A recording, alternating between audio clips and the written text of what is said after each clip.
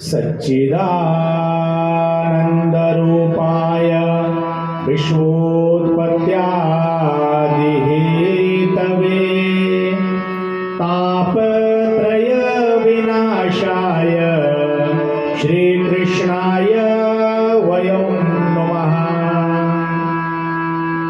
यं प्रव्रजन्तमनुपेतमपेतकृत्यं द्वैपायनो विरहकातर आजुहाव पुत्रेति तन्मयतया तरवो विनेदु तं सर्वभूतहृदयं मुनिमानतोऽस्मि।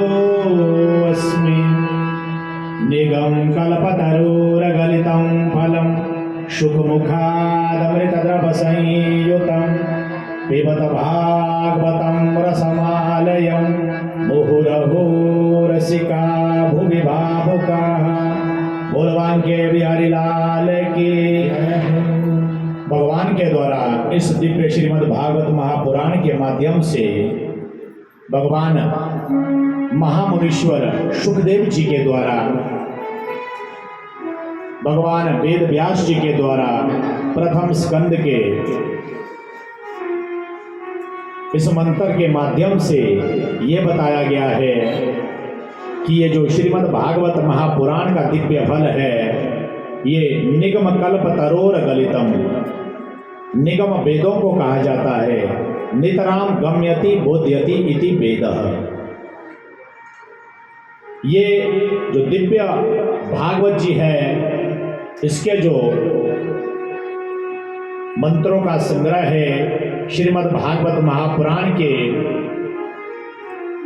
इसमें वेदों का संकलन किया गया है महर्षि वेद व्यास जी के द्वारा, और जिसमें हम मानव मात्र के लिए भगवान श्री बांके बिहारी लाल जी के इस दिव्य वांगमय स्वरूप में भागवत जी में ये कहा गया है कि रसिका मुहुर मुहु भुवि भावुका। हे रसिक जनों, हे श्रोत्रिय जनों, ये जो भागवत रूपी जो दिव्य फल है, इसका बारंबार रसास्वादन करो, पान करो इसका। और भगवान के द्वारा श्री नारायण जी के द्वारा ब्रह्मा, और ब्रह्मा से नारद, नारद से वेद व्यास जी से भगवान श्री सुखदेव जी, और सुखदेव जी से राजा परीक्षित का कल्याण हुआ है इस दिव्य श्रीमद् भागवती गंगा का प्राप्य करके।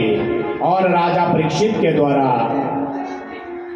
प्रश्नों की यहाँ पर भगवान सुखदेव जी से पूछने की जो निरंतर होड़ लगाई है, भगवान सुखदेव जी से राजा परीक्षित पूछते हैं कि भगवान के जो 16,108 विवाह हुए, उसमें प्रथम विवाह ये महामुनीश्वर आप हमें बताइए।